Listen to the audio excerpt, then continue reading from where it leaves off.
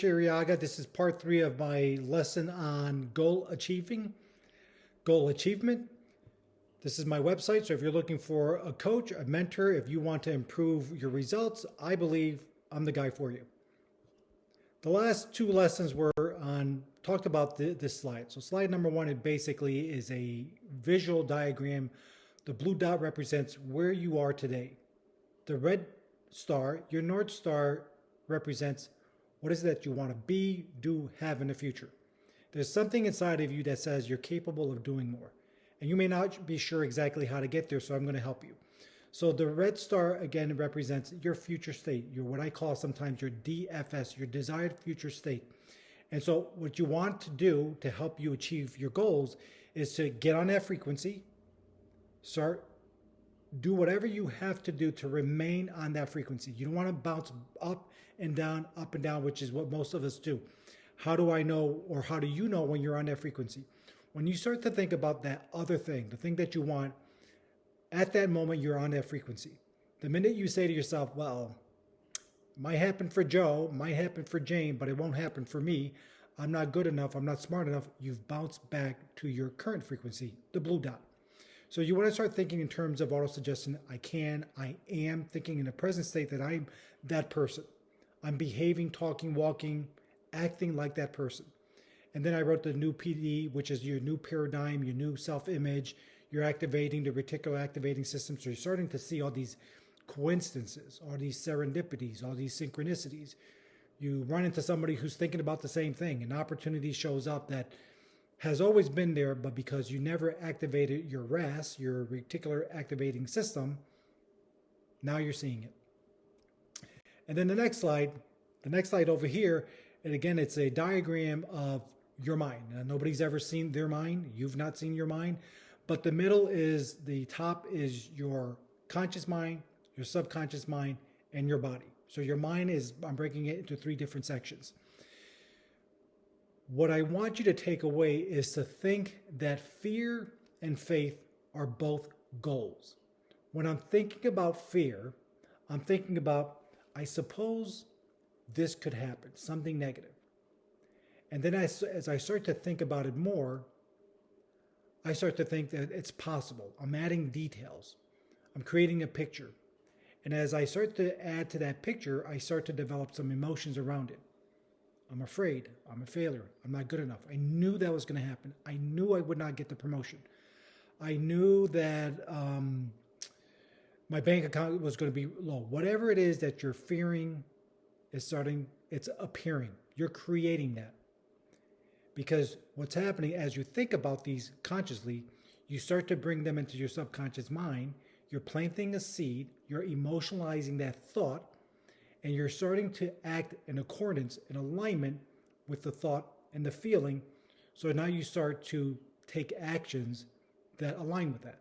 So if you think you're not good enough, you're not smart enough, you're not empowered, you might be walking, sending signals that you're not confident, you lack confidence, that you're not sure, you're not certain about yourself.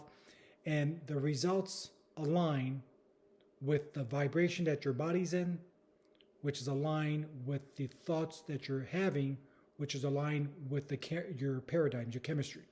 So thoughts, feelings, actions, personality, and your personal reality, the results that you're creating in your universe is a result of that personality. So I hope that makes sense.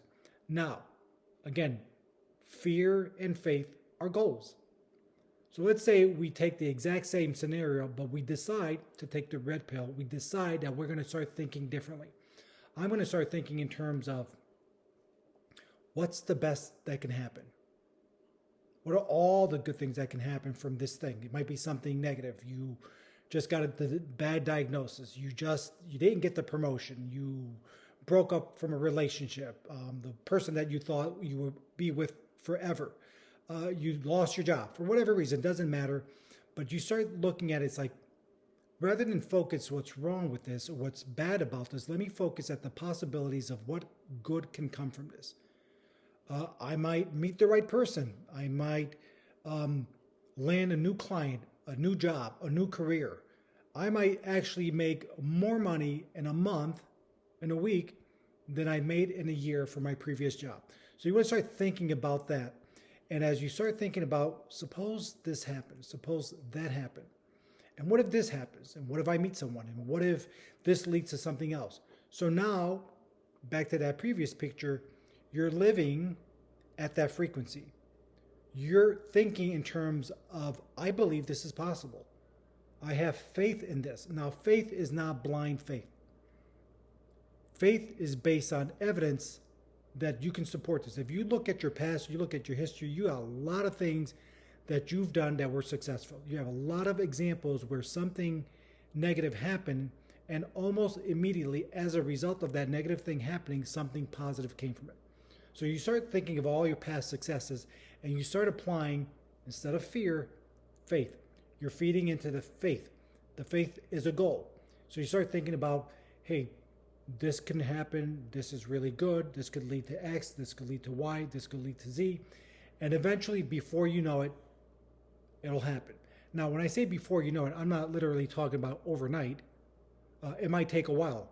We don't know how long it takes, but what we do know that in order for you to shorten the time that it takes from where you are to where you want to be, you have to live, you have to remain at that frequency, you have to stay there. And at first, it's not going to feel natural. At first, it's going to kind of feel like I'm faking it, Rich. I don't really believe it. That might be true. I'm allowing you to borrow my belief. Everything that I'm saying is not just an opinion. It's a fact based on science. So science proves everything that I'm saying. Lots of books out there that'll support what I'm saying, and that's where I'm getting my information. Aside from that, I tend to not always believe things either, so I test these things. I experiment in my own ways, and I can always verify that it happens. So I hope you understand and that you internalize that, yes, faith and fear are both goals. They're on the opposite of each other. Which one do I choose to feed? Am I feeding the bad wolf, fear, or will I choose to feed the good wolf, faith? And both of them will happen. You just have to make a conscious decision and stick to that decision that I will do the work that's necessary in order for me to achieve the goals and the results that I want to have. So this is Rich Arriaga.